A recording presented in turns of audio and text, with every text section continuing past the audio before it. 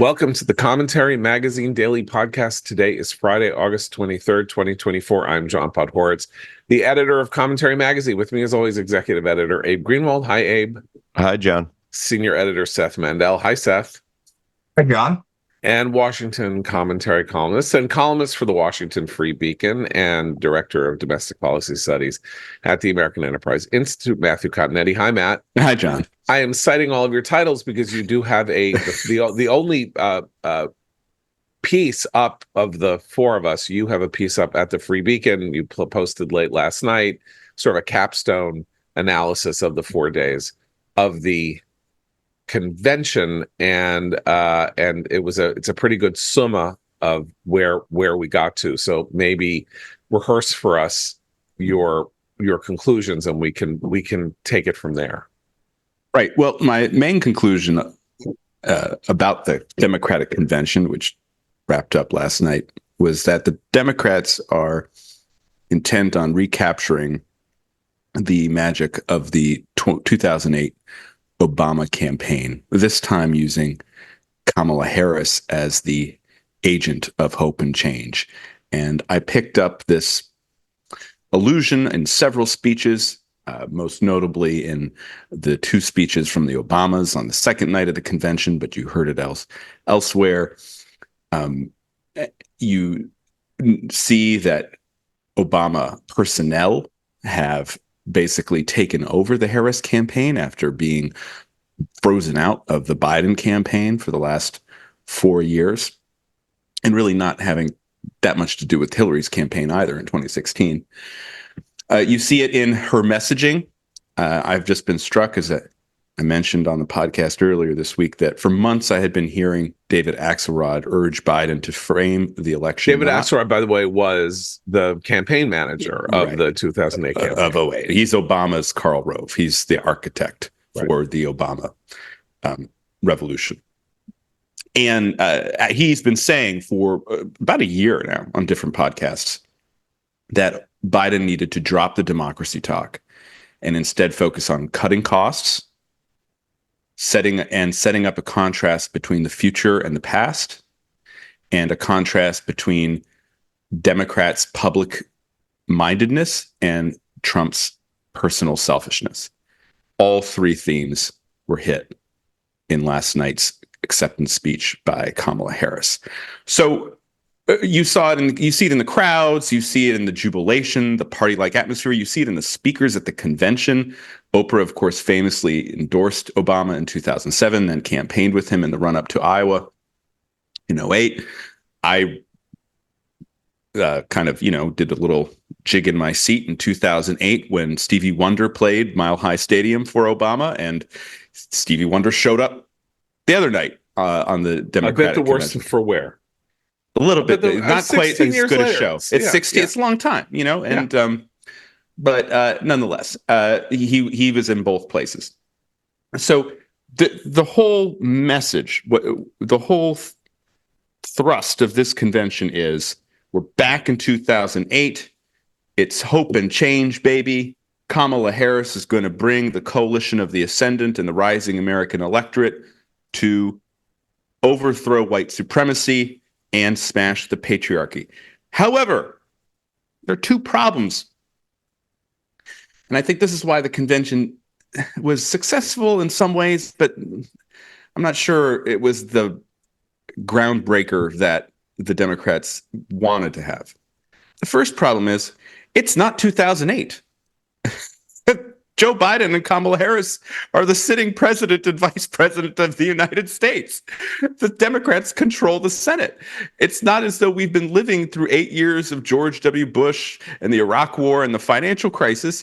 We've been living through 4 years of inflation, the border, and Afghanistan under the same person now who wants to have another 4 years. So that's problem number one. And the second problem is that Kamala Harris is not Barack Obama. Sure, Barack Obama said in his speech that they both have funny names and unusual life stories. But can we just take a step back? I really dislike Barack Obama, as many of our listeners may have noticed over the years. I really do. But I respect him. The guy risked his entire career to oppose the Iraq War in October 2002, at a time when that was not the sentiment in the Democratic Party. And it turned out, because of facts on the ground and his leadership, that he was ahead of the curve of where the Democrats were going to go. Okay. He then gave a speech in 2004 where, even though he was a Senate candidate, everyone watching his speech at the 2004 DNC 20 years ago knew that he was destined for great things, right? That the next morning, people knew that he was destined for great things. Then he wrote a worldwide bestseller called The Audacity of Hope, where lines would form for blocks to have him sign it.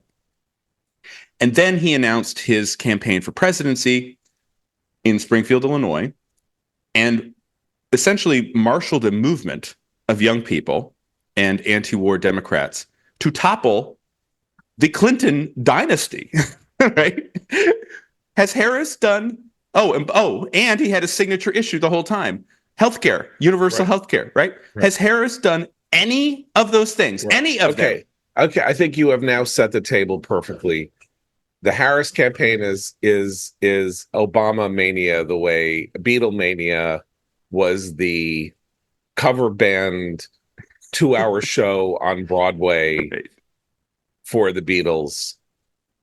And it's weird because, these songs don't fit the present moment. As you say, Obama did the Audacity of Hope was an interestingly titled book, because Obama was an audacious politician, as you lay out. He did 2 or 3 audacious things, and then he did, actually, in the first 14 months of his administration, he was an audacious president. He did passed 4 colossal pieces of history-altering legislation in 14 months with a Senate with largely an almost 60 for a long period. He had 60 seat Senate. Okay.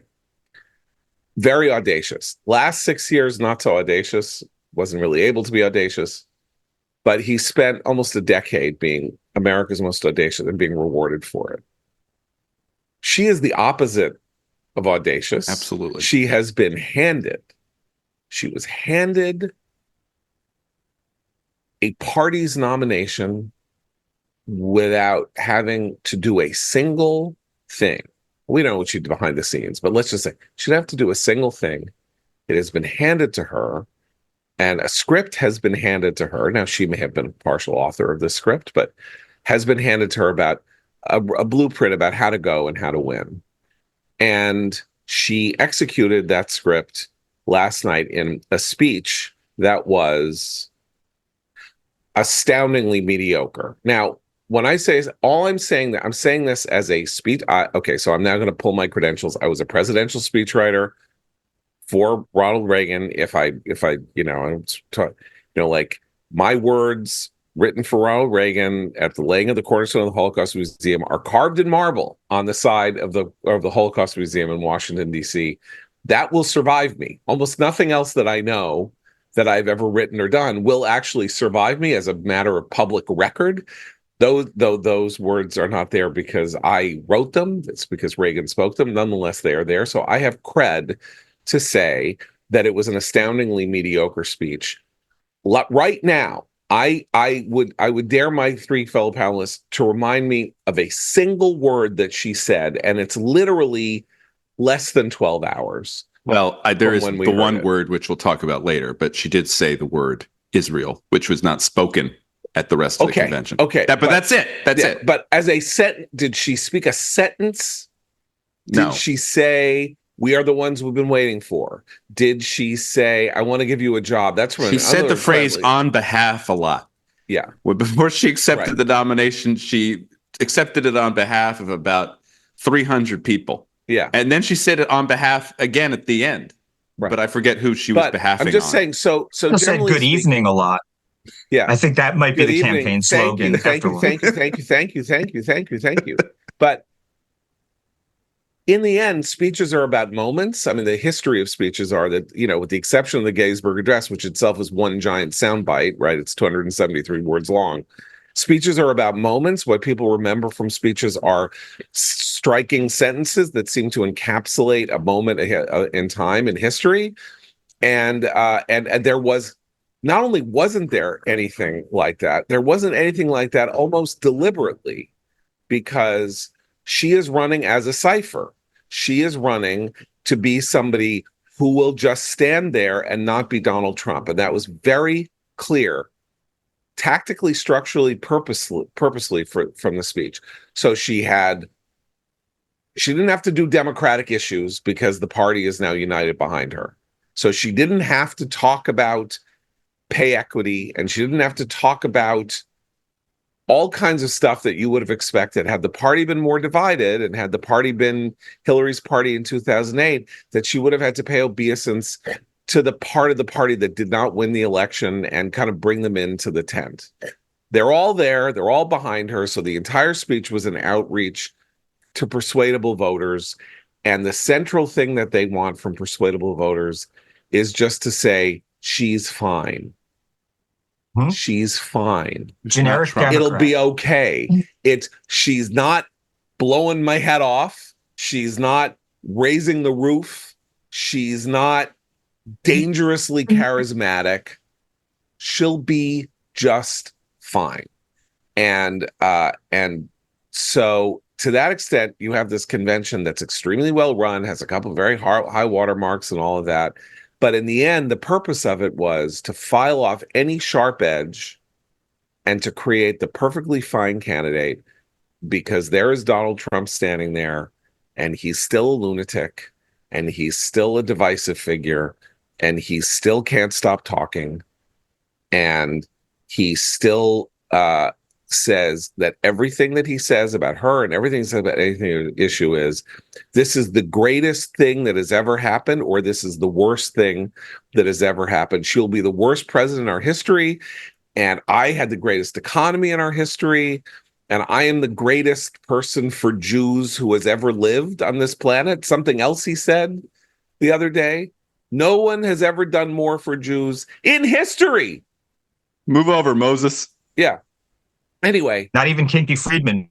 May he rest in peace. When I turn and I look at Jonathan Chait in New York Magazine saying this was the best convention speech I've ever heard, or I read this, notice this tone of kind of what the sociologist Emil Durkheim called collective effervescence, which is when an entire group of people, and I mean the media as well as the crowd in the United Center, come to have exactly the same opinion at exactly the same moment as expressed in outward manifestations of exhilarated, almost pathological excitement. May I read the headline, A1 lead all of the print edition of today's New York Times?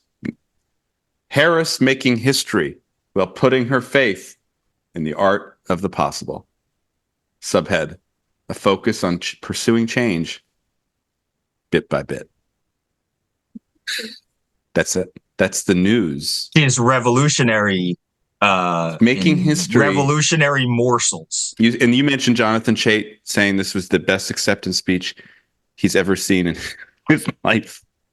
And then I know you may have watched the CNN feed, John. I was watching MSNBC. After the speech, Chris Hayes of MSNBC said, I've watched these movies over the years, American President, Independence Day, the Hollywood movies where you see a president with command and authority and eloquence. And this is Chris Hayes speaking. As I was watching that acceptance speech, I didn't know whether I was watching a movie. I thought I was watching a movie. She is so amazing. That's telling though, because it was like watching a movie of a presidential speech, in that a movie wouldn't risk boring an audience that pays to be entertained with policy. Right. And it's about the grandiosity of biography. I will say, which is what her speech was about. I think her speech did risk boring the audience. It was a very weird speech. She came out, the crowd was, obviously psyched to see her. then she had to calm the crowd down in a way that I thought she seemed a little bit uncomfortable, actually. Like she knew that she wanted to finish the She wanted to speech. do it in prime time. She wanted to Absolutely, finish and that was smart. if she That was could. intelligent. Yeah, right, exactly. But so she spent like a good 2 minutes trying to get everybody to shut up. And then when that finally happened, she began her speech. She did the behalves and gave a little bit of her biography. But again, the biography is so strange because she completely omits the Canada experience. It was just like when she came of age. She came of age living in Canada. The East Bay stuff was when she was pretty little. Yeah. But it was kind of spotty and impressionistic. And then it turned into what, to me, was a State of the Union.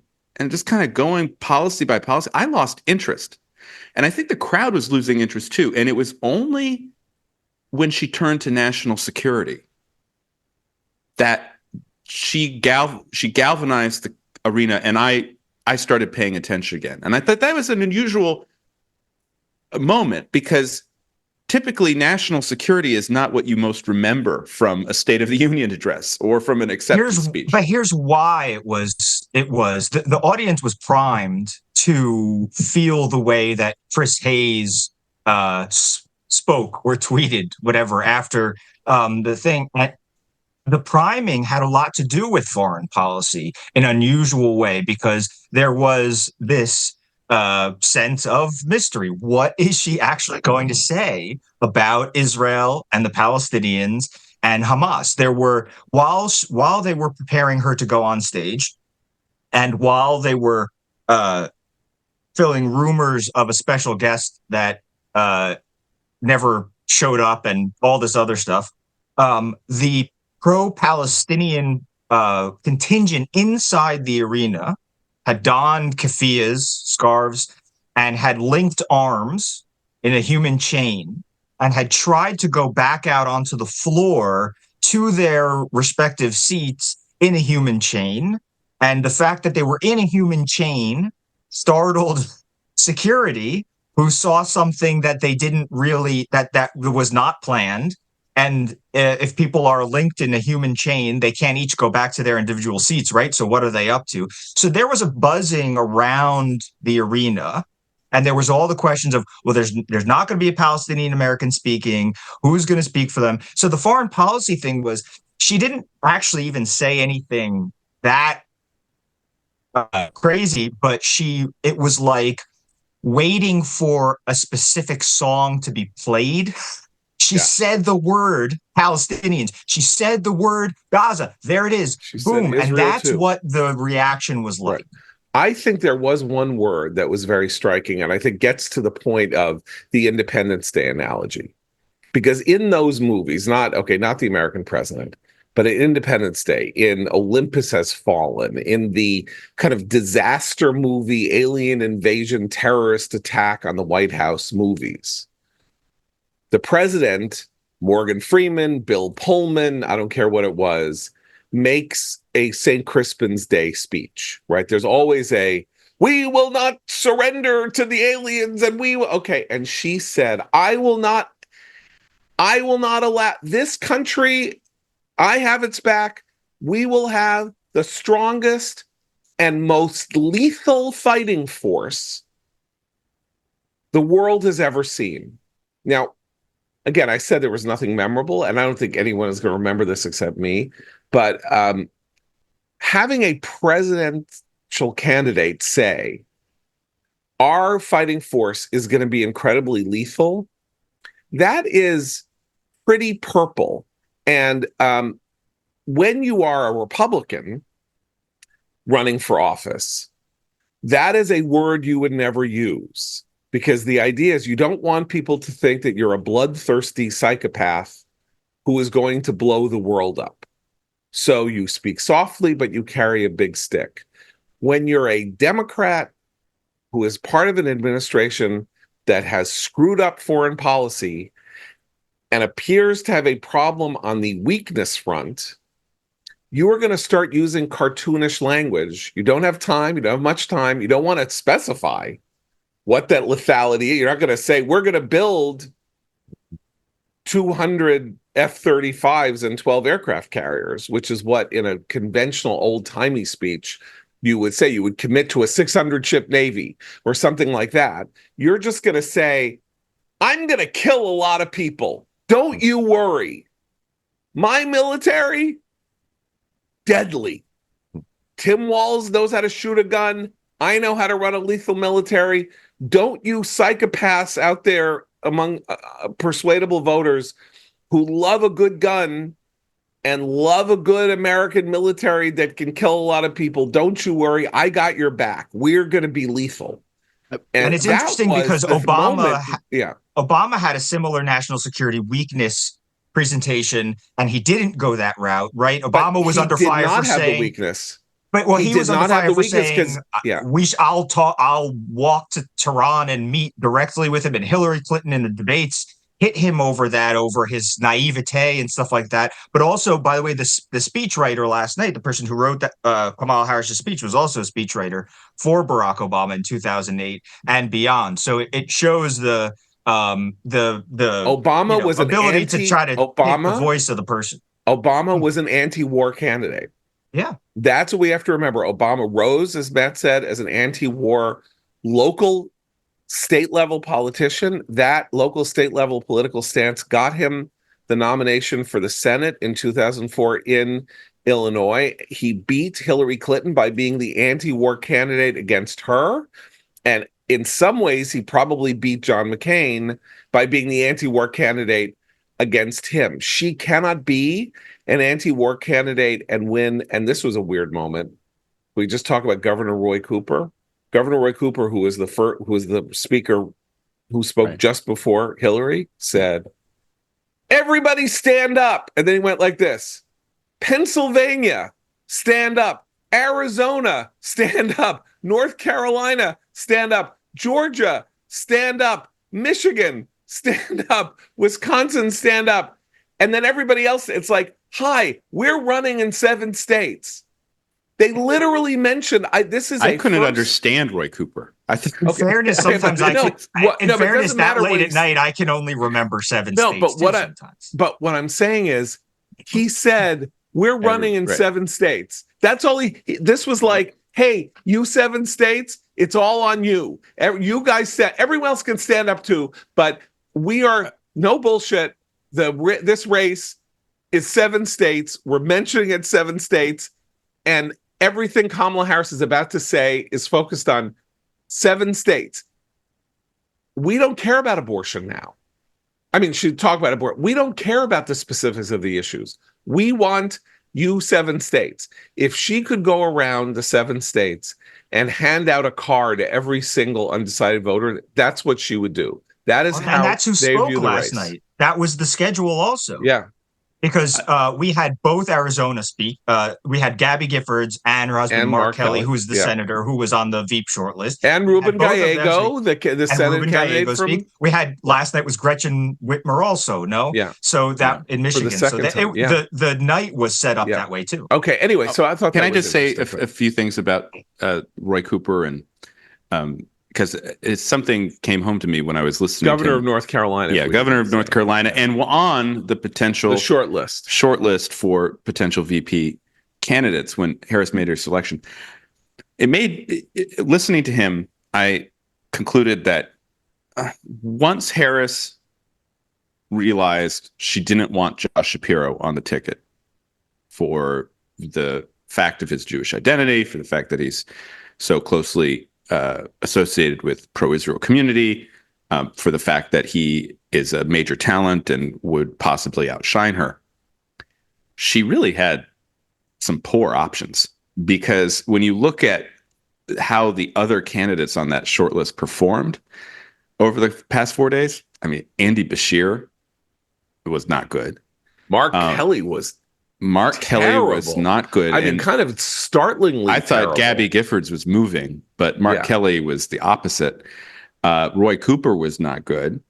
I am not a Gretchen Whitmer fan at all, but even the optics of having 2 women in this environment, would be a little bit much. So I think that she made a sensible choice politically with Walz because Walz gave a very good speech. Gave the best speech. Yeah, Walz's speech was better than her speech. Yeah.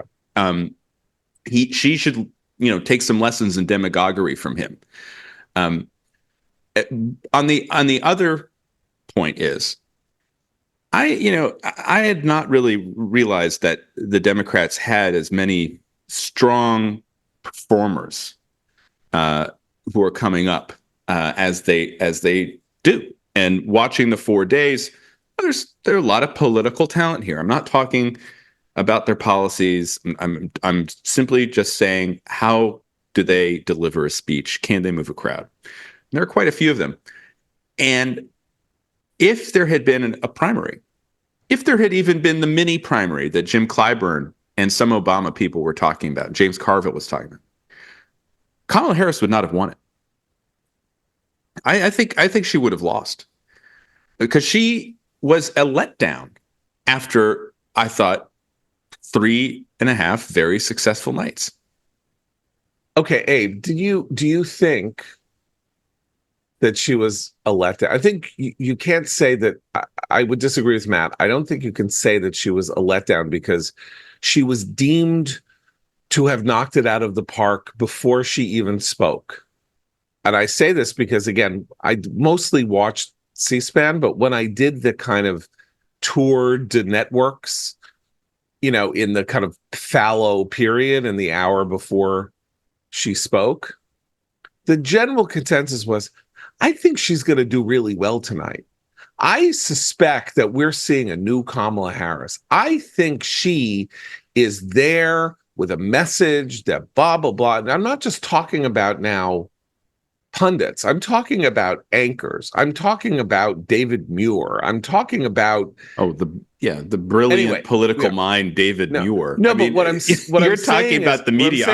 I'm being yeah. reality based here, John. No, I know, but what I'm saying is there was almost no way that she could fail. The table was set for her to succeed. Period. Well, I think the table was set for her to succeed. I think she could have failed nonetheless, but I don't think she did. And I don't exactly think she was a letdown. No, I think she was the sort of AI generated Kamala that they wanted in the AI generated convention. So she was sort of part of the programming code. It was all there. And it was consistent. And she spoke smoothly, confidently, played up biography, zinged Trump, as Seth says, finally gave voice to the word Israel, which it in itself was like naming, like at a concert, naming a town, and people's town goes crazy. In this case, for more complicated reasons. But so I don't think she was a letdown. I think she was perfectly in keeping with what the convention was about, which was a details-free celebration of joy and biography and not Trumpness. We have a test the other here. thing is the not goofiness. There is a goofiness to the way Democrats have been addressing America this week. And the ones who were boring were not goofy, but there is a goofiness, an intentional goofiness almost, and sometimes in the way that Tim Walz also addresses them. But they feel like Gretchen Whitmer would not have given that speech. Gretchen Whitmer would have given a speech where she would have tried to be memorable. She would have tried to land lines. She would have tried to get under Trump's skin in specific ways. Kamala's speech was unemotional in that sense, which was, it was sort of bloodless in that sense. There wasn't really anything digging into Trump. It was just, here's the text, and everybody else sort of had this sense of carnival atmosphere about them, and that would have been a mistake for Kamala. That she didn't. Let me tell you a story, an analogy here. Okay, so Stephen Sondheim writes this show called Little Night Music, and they cast in the lead role an actress named Glynis Johns, whom you would know because she plays the mother in Mary Poppins. And I'm sure probably everybody has seen Mary Poppins, the suffragette mother. And she was cast, and she had an incredibly narrow octave range. She had a 6 to 7 note range. And the big song in the show, Send in the Clowns, which is the one Sondheim song most people know, was originally designed to be sung by the male lead. But emotionally, the director, Hal Prince, decided it really had to be sung by the Glynis Johns character. And it was a song she could not sing. She did not have the range for it. And so Sondheim had to radically simplify it to fit Glynis Johns' range. And guess what? By simplifying it to be a song that she could sing, it was a song that everybody could sing. The other song, it's not many songs like this, but Happy Birthday is a song everybody can sing. It's basically in a 6-note range.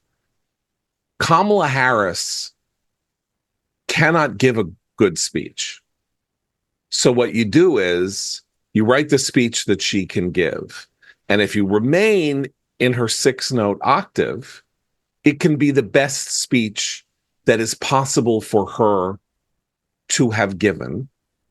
And because that then precisely dovetails with one of her weaknesses and one of the strengths that they wanted. The weakness is that if she goes off or she feels uncomfortable or decides to improvise, she'll say something weird or she'll cackle. So don't give her any opportunities to do that. Make sure that she sticks on script and stays to the teleprompter. And the other strength is that because she is the vice president, not the president, and her fingerprints aren't on much of anything, she could do this incredibly nervy thing that she did and is now going to try to do for the next 70 days, which is pretend that she somehow beamed onto that stage from the East Bay of San Francisco. She was a kid, her mother, and they didn't have much, but they were together. And then she brought in her friend who was being sexually molested by her stepfather to live with them because she's always fought for the little people. And I now accept your nomination for presidency of the United States. Where is her Senate record? Okay, she's talked about what she did as a prosecutor a little bit. Where is her Senate record? Where is the administration? Where are the things that the administration has done? Where are the things that she can take credit for?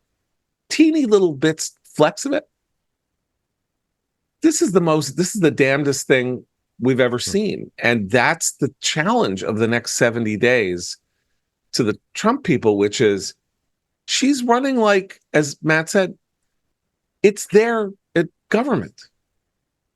They have half of the executive branch and half of the legislative branch. It's their government. She is in the government, and the government has done all kinds of things. And what happened yesterday or the day before yesterday was it turns out that 880,000 jobs weren't created that we were told they had created.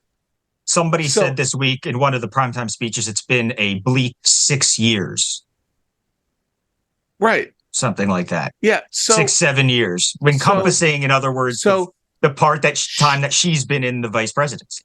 Obama famously said, I am a mirror on which people, can project their, desire, which is a very interesting thing. Politically, that's always true. Successful politicians get people to think that they're just like them and they're different kinds of people. So as a result, they can't possibly be like everybody because people are all different. So if they can do something that creates that impression, that's one of the kind of superpowers of a good politician. She is basically saying, I'm not even here. I am not here. You cannot hold me accountable for anything that has happened in this country.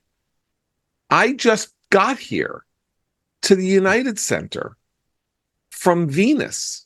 I mean, don't you I think beamed in and now I'm going to beam out? Isn't that a challenge for her? It's enough. I hope so. It's enough for the Democratic convention. Only if the press makes it one. Well, maybe. I mean, the press has always hated Republican candidates for president, and nonetheless, Republicans are able to break through. I think that's an important point. Everyone on the right is saying this is not fair. The press is covering for her. They're saying she doesn't have to give an interview. Blah blah blah blah blah. My entire lifetime, the press has tried to destroy Republican candidates and elevate Democratic candidates by. Every now and then there's a moment that peeps through, like when Bernie Shaw on CNN asks Michael Dukakis what he would do if Kitty Dukakis was raped and murdered. I don't think that was, by the way, a hostile question. I think a minimally prepared candidate, which Dukakis obviously wasn't, would have had a ready answer for that. But mostly, this is what's happened. You know, they want the Democrat to win, and they are nice to the Democrat, relatively speaking, and mean to the Republican. I don't care what you hear people say this isn't true because individual reporters, like when they're covering Republicans on the trail, Republicans are nice to them. George W. Bush was nice to them, all of that. That's a lot of crap.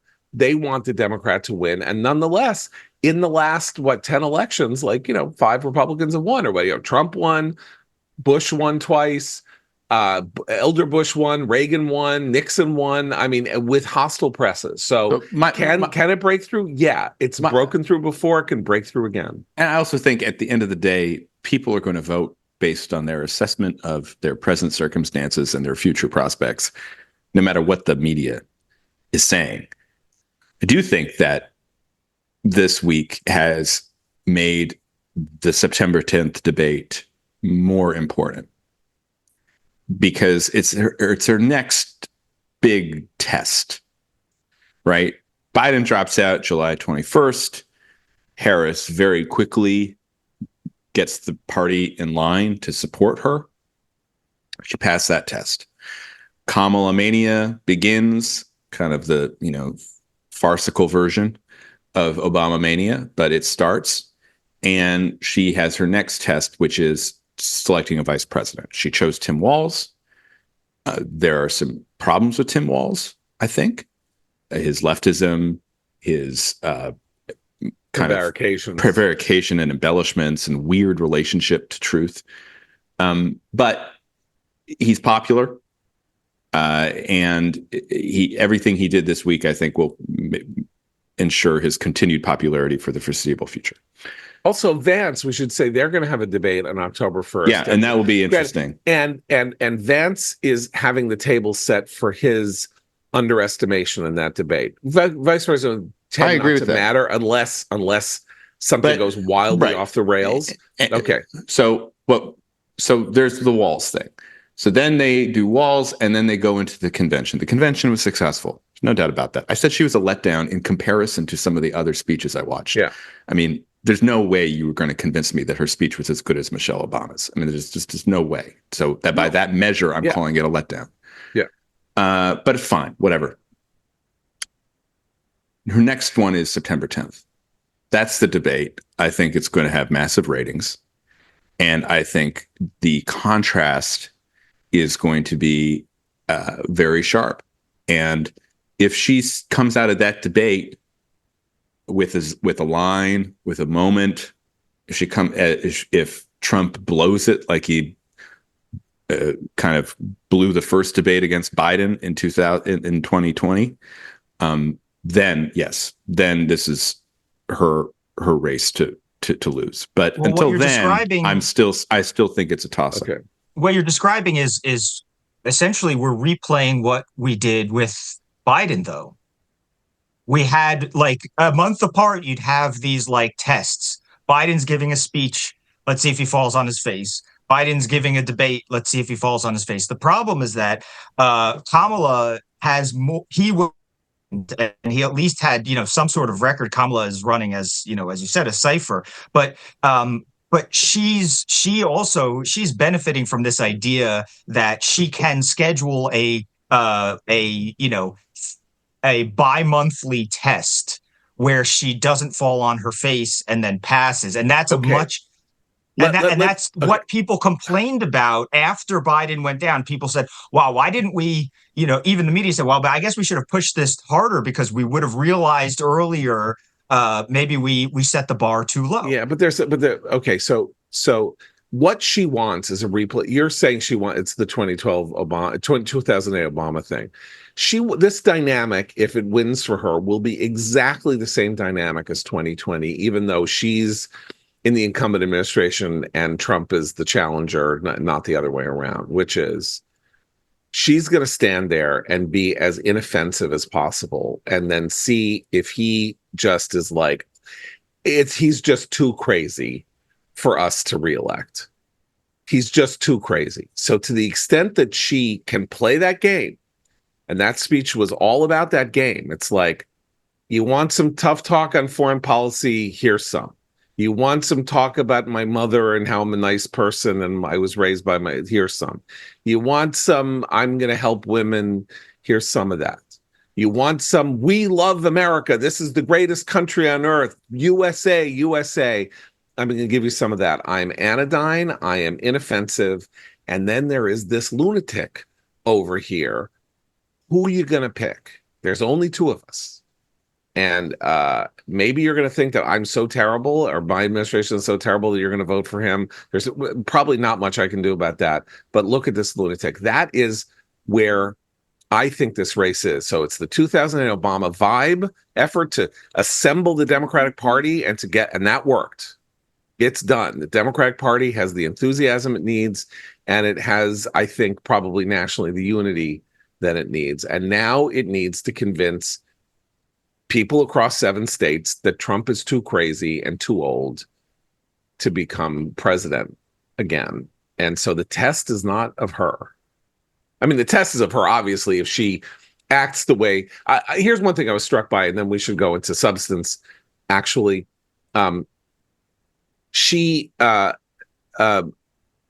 people were saying, this is the best I've ever seen Kamala Harris. Now, for those of us who are like granularly involved in politics, we watched her throughout 2019, right? And then we saw her rise and fall in a very her fall was precipitous and calamitous in every way. And then she drops out of the race, having sort of been the leading fundraiser and the leading source of attention aside from Biden and all that. So she rises. No one's heard a word out of her mouth. Name me a speech that she has given since the convention speech in 2020. The only thing people cite now is this horrible interview with Lester Holt. Of course, it's the best you've ever heard her. It's the only you've ever heard her. And that's maybe where the opportunity is in the cipher sense. Yeah, and you still haven't heard her. Yeah. It's, she said the other day that they're planning to hold an interview with her and Walz by the end of the month. So you got 1 week. There was, I mean, I think she said we'd like to get one scheduled. We'd like to get one scheduled. Yeah, maybe. Right. So even if they schedule one in the next week, it might be for one November interview. 6th. One interview. Right. She's going to sit for one interview. Right. What it works out. Look, I just feel as though there's still 8. Look, people are saying, 77 days or what. There's still 2 months. Yeah, things are going to happen. The cliche is a week is a lifetime in politics. And we still have 8 weeks. And you know what's going to happen? There is going to be another war in the Middle East. So we should go to the Middle East. When I say there's going to be a war in the Middle East, I mean the idea that they are going to be able to suppress the conflict between Israel and Hezbollah, in my view, particularly if Hamas is really on the ropes and is really going down. Iran is going to need to do something to distract Israel from closing the deal and ending the war in Gaza, and that means letting Hezbollah loose. And she is going to be the Democratic nominee for president, the vice president of the United States. And if there is a major Middle Eastern crisis, you're damn right it's going to matter what she says and how she talks about it, and what the emphasis is. Is the emphasis where she said it would be last night, which is, I will always give Israel the means to defend itself, and I will never allow it to face the kind of threat that it faced on October 7th from the terrorist group Hamas. She checked the boxes. She checked the fair is fair. She checked the boxes that said, I will be the one at this convention to say, we will defend Israel. Israel was unjustly attacked. and it was awful, and that will never happen again. Then she did the whataboutism or the on the other handism, and we can talk about that too. But this is not over. This is a complicated. Ukraine invaded Russia. She's for that. I know, she's but I'm not just for saying that. that war She isn't didn't say over she was either. for that. She said she's for defending Ukraine and helping NATO. Well, what does that mean? I mean, I'm What for does it too. that mean? My point is that war is still going on. Yeah. The Israel and Hamas is still going on. Israel and Hezbollah might show up. The U.S. versus the Houthis is still going on. Right.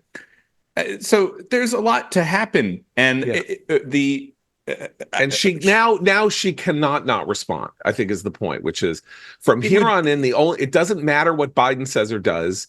He's gone. I mean, even though he runs the administration, what's going to matter is what she says at every given moment if there are world crises, and it will be the luck that she has faced in not having a major outbreak of protests and hostilities in Chicago last week. This is all part of the good signs for her, that the portents are favorable. The discipline on the left is stronger than we thought it was. They don't want to be held responsible for handing the election to Trump. Something happened to undercut the strength of those demonstrations. Sure. She didn't face that.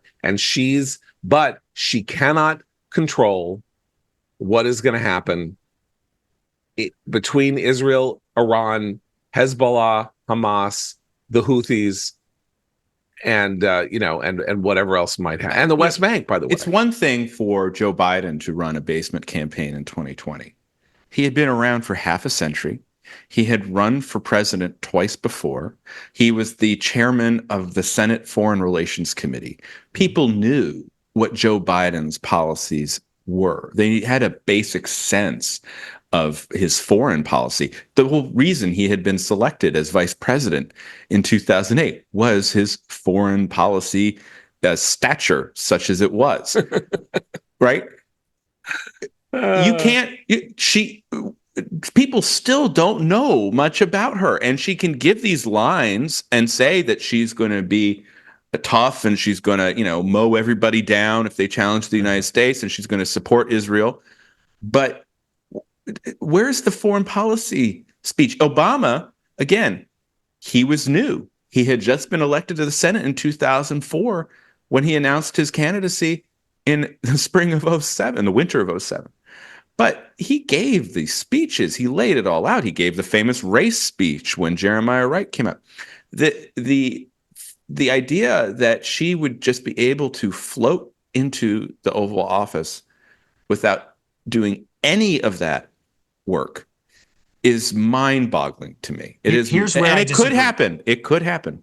Here's where I think disagree. it's going to happen. I mean, I'm sorry. I just don't agree with the general idea that she's now finally going to have to face questions, that she's going to have to weigh in substantively about the Middle East or anything else. I really don't see that happening. She can give she can address a 30-second gaggle at the airport. Joe Biden can come out and say something as acting president instead. I think she still has all sorts of places to go and hide and to evade. And she's already, the reason I disagree that she can't just sort of float in is because she's already given the answer to get out of that question, and nobody really calls her on it. She's going to say again and again, the president and I'm working with president on a ceasefire. The president understands how important it is. The president, and the president, which I am not. That's what she's done so far. I haven't seen any evidence that people are going to, in general, call her on that. She has been able to say. Okay, what is news? News is a shift in the status quo. That is what news is, right? A shift in the status quo. So as it happens, we have been, over the last 4 or 5 weeks, however long it's been, in the same news cycle that we have been in. Now, yes, Ukraine invaded Russia, which should be a huge story. But people don't follow it that much. The news story between Israel and Gaza is pretty much the same, even though there's a ceasefire negotiation that isn't going to go anywhere. But that's also part of the same news cycle. Everything is pretty much the same. If there's a shift, she cannot do, Aben says, she cannot do what you're saying that she can do. If something happens in Gaza, let's just say, and 250 Palestinians are killed in an airstrike that goes wrong, or Hezbollah fires off a precision guided munition that blows up the Israeli tower in Tel Aviv. She can't say, I'm working with the president to get a ceasefire. She can't. She is the Why not? Because Biden's going to Biden's going to have to give speeches. She can. If that happens. It's not that she can't. She can. She will not win the presidency if she doesn't. She cannot run away from major world events. That will be new. Nothing like that has ever had. That is new beyond new. That's when I jump in the lake. If she wins the presidency, right, without giving us any real clue as to how she would operate in an international crisis. Let's not forget, again, I know I've been comparing her to Obama the whole episode, but let's not forget why Obama became president. Obama became president because of the global financial crisis in September of 2008. And his reaction to it, his response to it. John McCain came out of the Republican convention and the Sarah Palin selection with a slight lead in the polls. But that lead evaporated when the markets crashed and when Fannie and Freddie went bankrupt and Lehman Brothers went bankrupt and the world teetered on the brink of a global depression. And McCain famously left the campaign trail. Exactly. The responses of the two candidates to that moment, I think, really sealed the deal for Obama. McCain said, I'm suspending the campaign.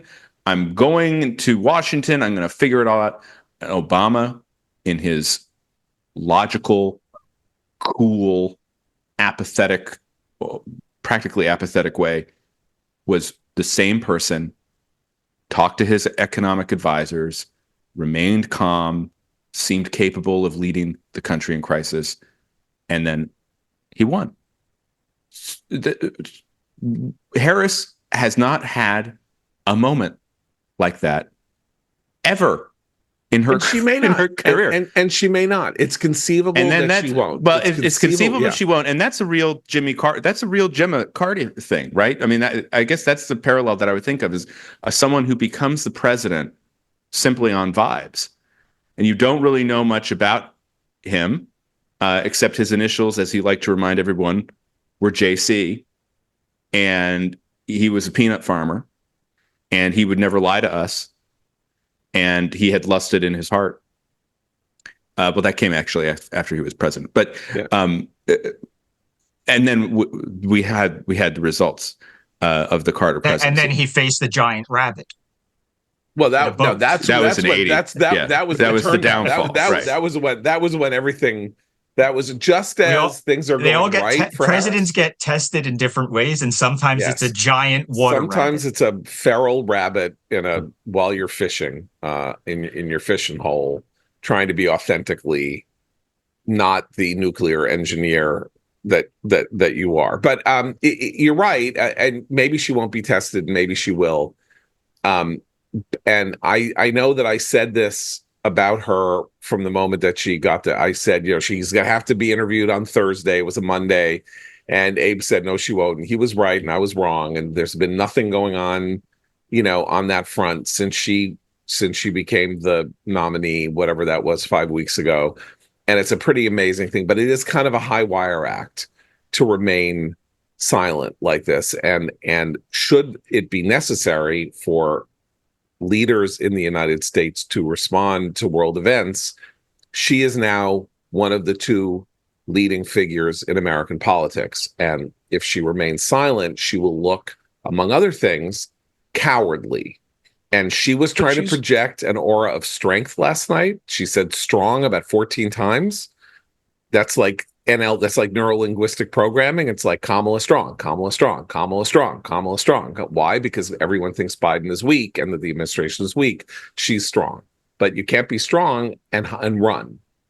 But she's, to Seth's point here, I think she's also protected by the fact that she is vice president, because if you are not in the administration during a crisis, you could say whatever you want. You could, you're not divulging anything. You're not interfering with delicate negotiations, with delicate planning, she can remain relatively tight-lipped as an administration spokesman while the president has to say more decisive things.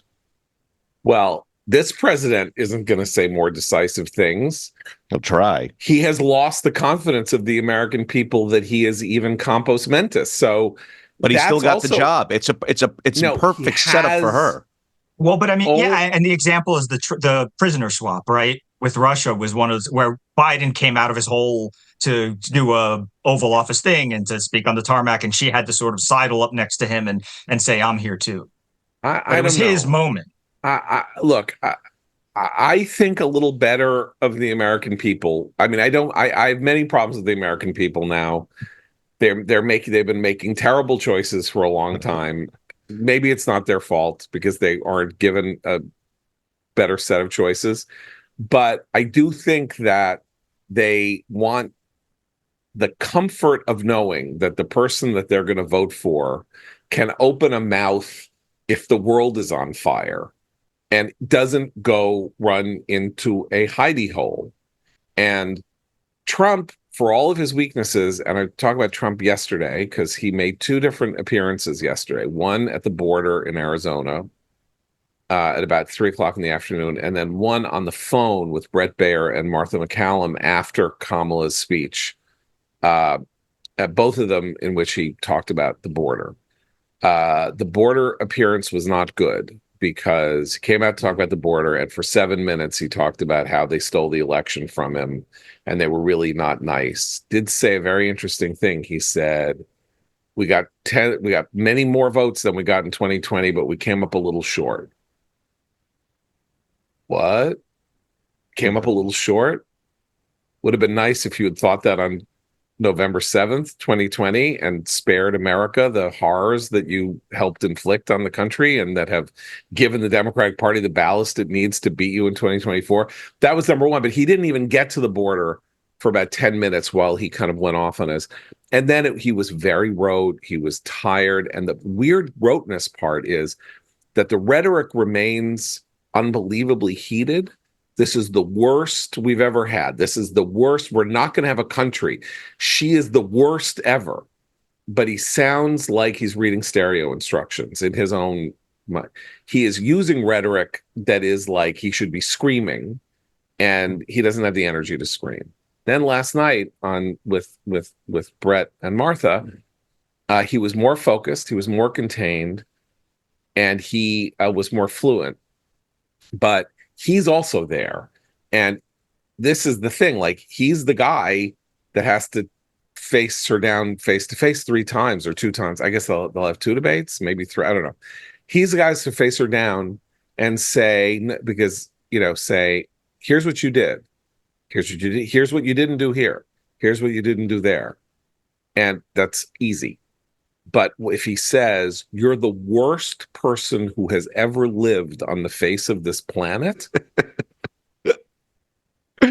people are going to say, I can't go through this again. And that's his impulse. It's like he doesn't trust the facts. He doesn't trust the narrative that ballasts his case. He's got to write this script of apocalyptic doom, and also the script of glorious, Valhalla utopia of how in America was the best it had ever been under him ever. No one ever saw an economy that grew at 2% ever before in the history of anything. There's never been an economy that was yeah, okay. Like that economy was okay. You know what I mean? It's kind of crazy. So she does have the advantage of him, unless he wises up really fast, which, as we know, is unlikely. And he's very sensitive to the idea of being treated unfairly. And he thinks the swapping out Joe Biden for Kamala, he sees that in those terms also. He feels like that was unfair. So he has that chip on his shoulder as well. And I think this is, by the way, that was one of the things he said in the 5-minute preamble to the actual border speech that he was giving was, it's a coup, there was a coup, and they cooed him out, and this is America, and they cooed him out 14 million votes, and it was a coup.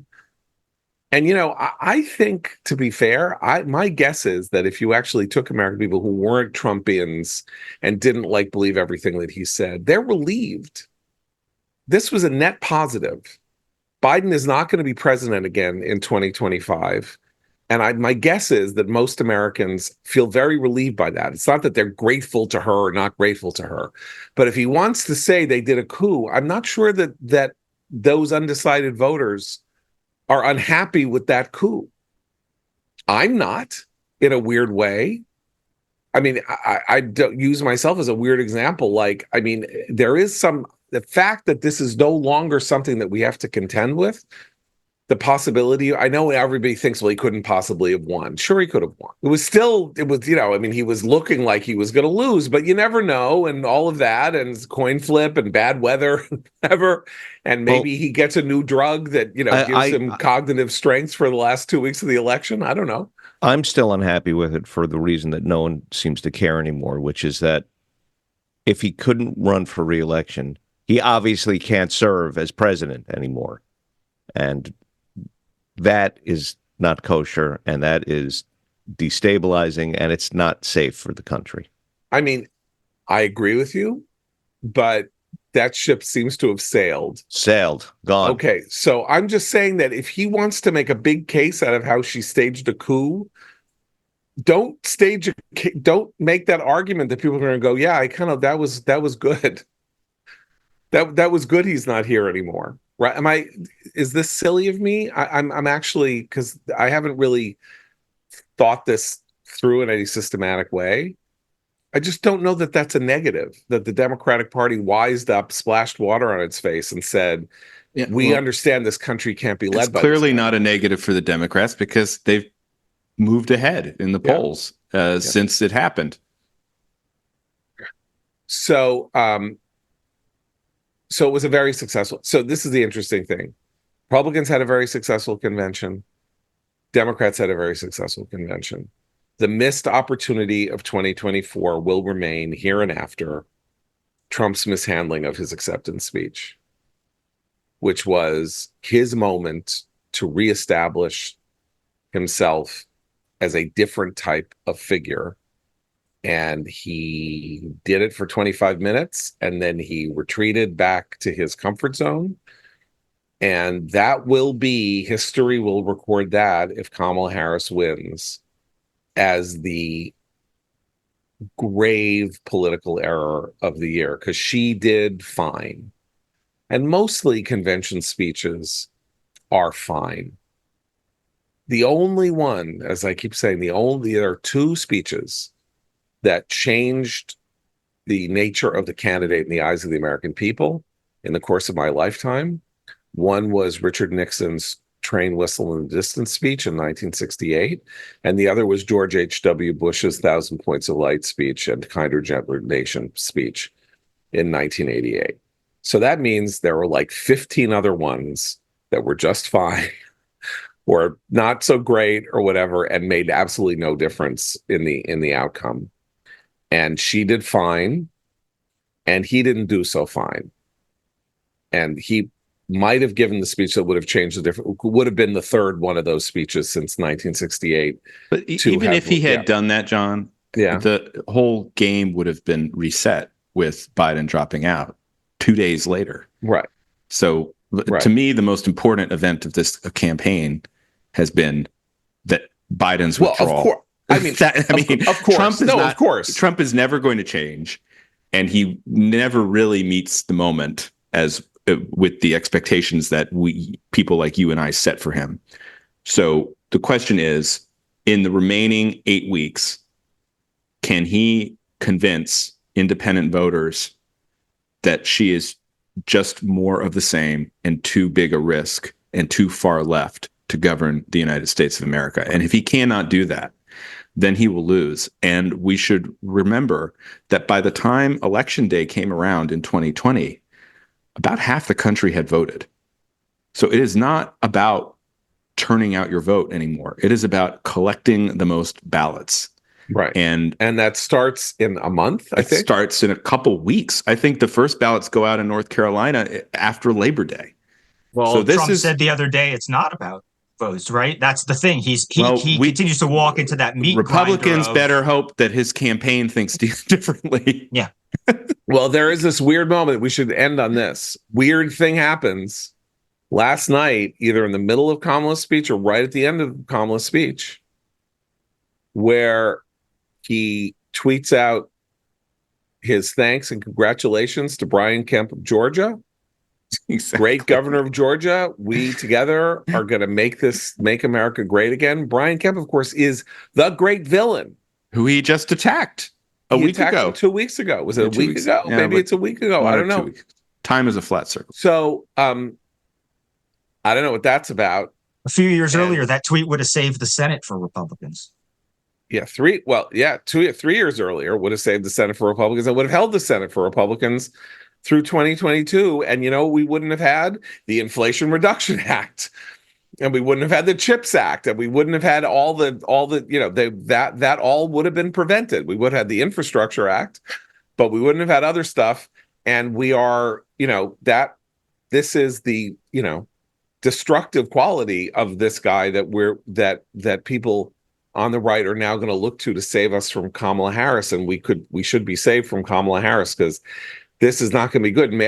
We didn't even talk about the Palestinian section that followed the Israel section, because we talked about the Israel section. So she said, the suffering in Gaza is unendurable and must stop. And it's, the destruction is just so terrible, and people have nowhere to go, and they have to run for safety and all of that, all of which is a lot of crap. It hasn't been like that for 9 months in Gaza.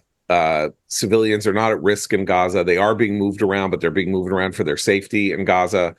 And that's number one. And number two, she said, so they should have the right to live in dignity and freedom and have self-determination. So friends of mine were like, oh, see, she did it. It's all whataboutism. And I was struck by this too. Calling for self-determination is not like calling for a state. She did not say there needs to be a Palestinian state and there should be a two-state solution. I was struck by because the Palestinians have self-determination.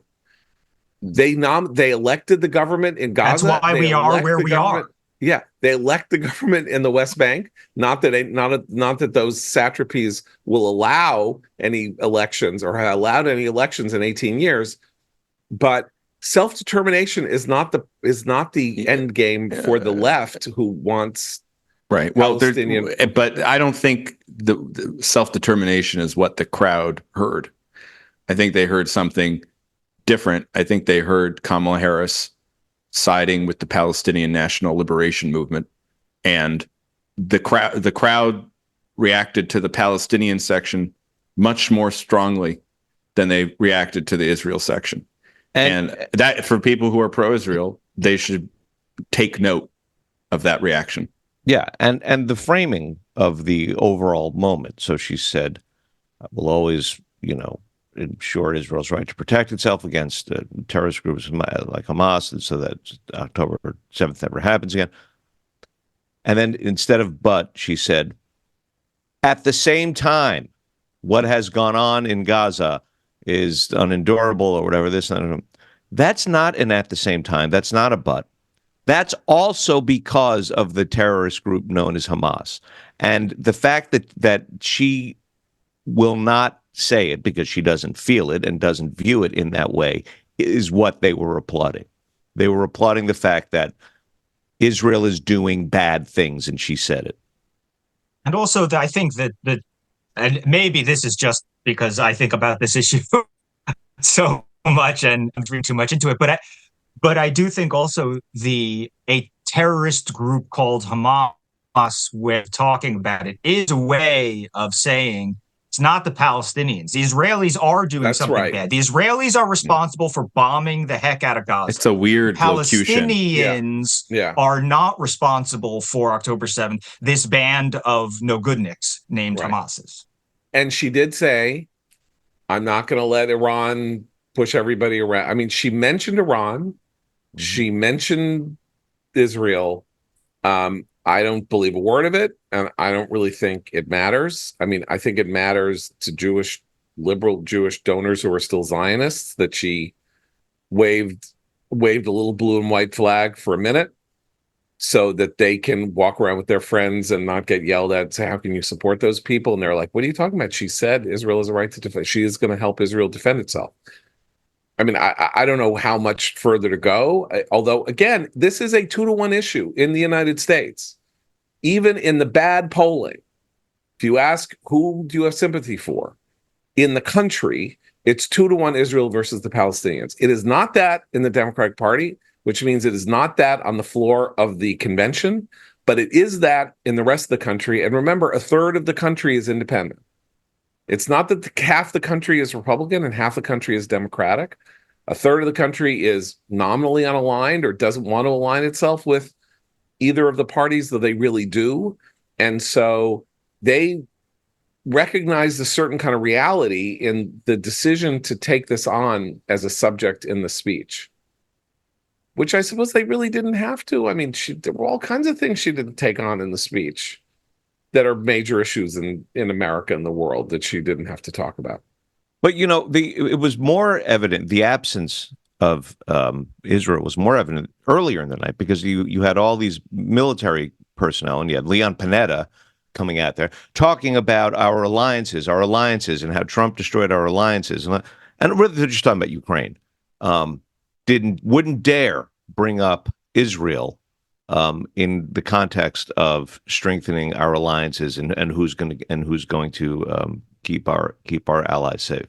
Well, let me give you a thought experiment then on this because it's complicated. So we know that the Democratic Party regulars and the people on the floor of that convention, and there's a small number of them who were going to link arms and wear keffiyehs and all that, couldn't get back in the hall, but nonetheless, that they are not in sympathy with Israel. So if the convention organizers decided that they did not want that exposed, right, the way that it got exposed in 2012 when the mayor of Los Angeles, Antonio Villaraigosa, announced the plank at the platform that said that Jerusalem was the capital of Israel, and the voice vote was overwhelmingly no, and then he said the ayes have it because that's what he was supposed to do. They didn't want to have a public display of anti-Israel sentiment. Seriously, is that a good thing or is that a bad thing? You could say it's a good thing, it's a bad thing because the public needs to know how they feel and they're trying to hide it. Or it's a good thing because a giant display of anti-Israel sentiment on the part of the Democrats in the hall would be calamitous because it would say to the Palestinians and to Iran and everything like this, you go ahead. There's one political party in the United States that's going to be bad is going to be basically nominally with you if you challenge Israel. Which is it? Or maybe it's both or it's neither. I don't know. Well, I think it's a tough question, but from my perspective, I think exposure is the good thing. I really do, because it's there either way, and that's the problem. And the Iranians and Hamas, they know it's there anyway. They've been watching it for almost a year here. So hiding it in the interest of either not inflaming it or to protect the Democratic Party is not, in my estimation, at the end of the day, a good thing. It also depends what they do to hide it or not, right? I mean, it not being visible is a result of them bringing some of these folks into the tent. It's not just that they built a wall around, it's not just like if you put a keffiyeh on, you got zapped, and you were put outside the convention. They invited in leaders of, uncommitted, not so much, because uncommitted doesn't deserve a thing from them because they were trying to make Biden lose. But they invited people inside the tent, and it calmed nerves among the pro-Palestinian, or whatever you want to call it, left. And so had it been, well, we didn't see it because the Democrats really didn't want displays of it, is one thing. But I think I'm closer to Abe on this because I think there's a kind of sinister element to, hey, look, we kept all that off the stage, but you kept it off the stage because the campaign itself gave sanctioned and sponsored panels to people who sat up there and called what's happening in Gaza a genocide, and said to their audience, look, we're sanctioned by the Harris campaign. The Harris campaign put us here to tell you that it's a genocide. We're allowed to say this. There are things we're allowed to say now we were not allowed to say under Biden, and we didn't know if we were going to be allowed to say under Harris. And it's very clear that there's a change here. I am mostly in agreement with you in the sense that it's bad for parties. It's bad for people to be disingenuous on these issues or to hide from these issues.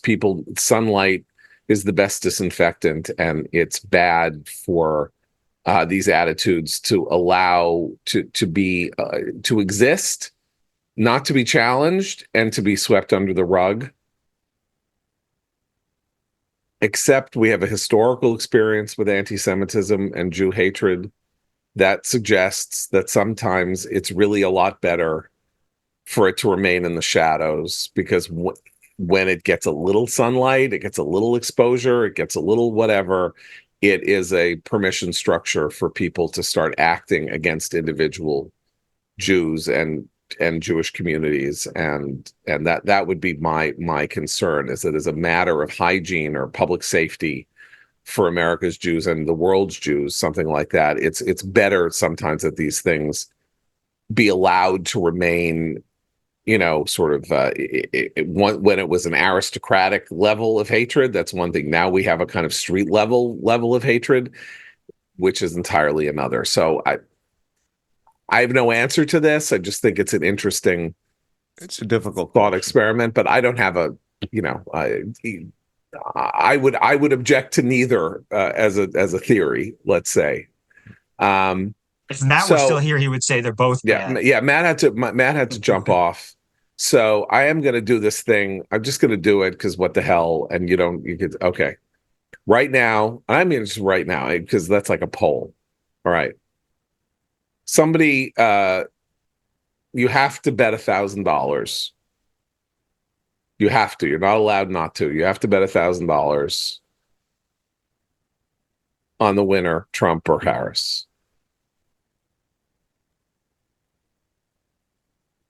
I would put my money on Harris. If we're doing a lightning round, which one? Yeah. Right now, the vibes say I would put my money on Harris. Yeah. Babe? Can I up it? Can I? Do I have to keep it to 1,000? No. I'd say Harris. So not only are you saying Harris, yes, you would bet more than $1,000 on Harris. Yes. Okay. See, I'd say Harris also. And I'm only saying Harris, by the way, because I've been watching Trump very closely over the last 3 weeks. And I don't see that he has any persuasion left in him. He was never a persuader. That wasn't really his game. And this is now all about persuasion. It's not about running up the numbers, because she is going to have an enthusiasm advantage, in my opinion. And the Democratic Party, as I've been saying since 2016, is bigger than the Republican Party. It's numerically larger than the Republican Party. And as it happens, is pretty decent, though we think otherwise. In some ways, it's pretty decently distributed for the election that we are talking about. Democrats have this weird numerical advantage, but they have an incredible disadvantage in county counts, right? Biden won 890 counties. Trump won 2,450 counties in the United States. But those counties are all mostly urban. They mostly center on 10 cities or around 10 cities in the United States. But those cities are like where you need to win elections. So they're Atlanta and Detroit and Phoenix, Scottsdale, and various other places that, Pennsylvania and Pittsburgh. And if they turn out the way that they did in 2012 for Obama, she'll win. And that was Obama losing votes. That was Obama losing 4 million votes off 2008, but they turned out where he needed them to turn out. So if he can't persuade, he can't win. Maybe he can persuade.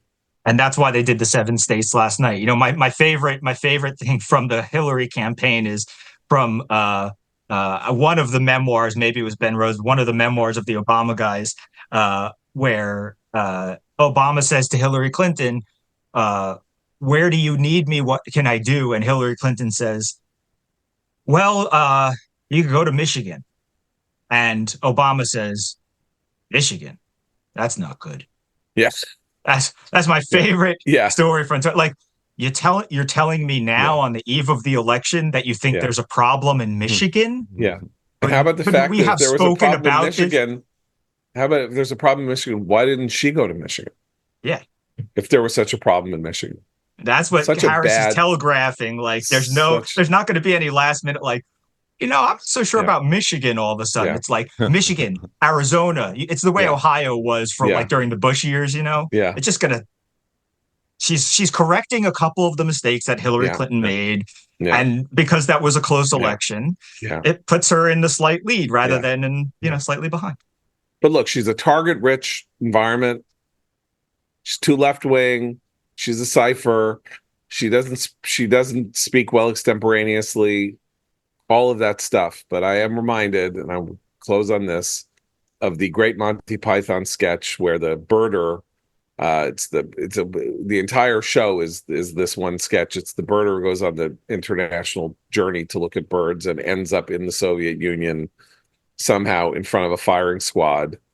And then, they say, ready, aim, fire, and they fire at him. And then John Cleese, who was the head of the firing squad, says, "How could you miss?" So Kamala is the birder and Trump is the firing squad. And he could miss. We'll be back next week. Have a great weekend. For Abe, Seth, and the already departed Matt, I'm John Podhoretz. Keep the candle burning.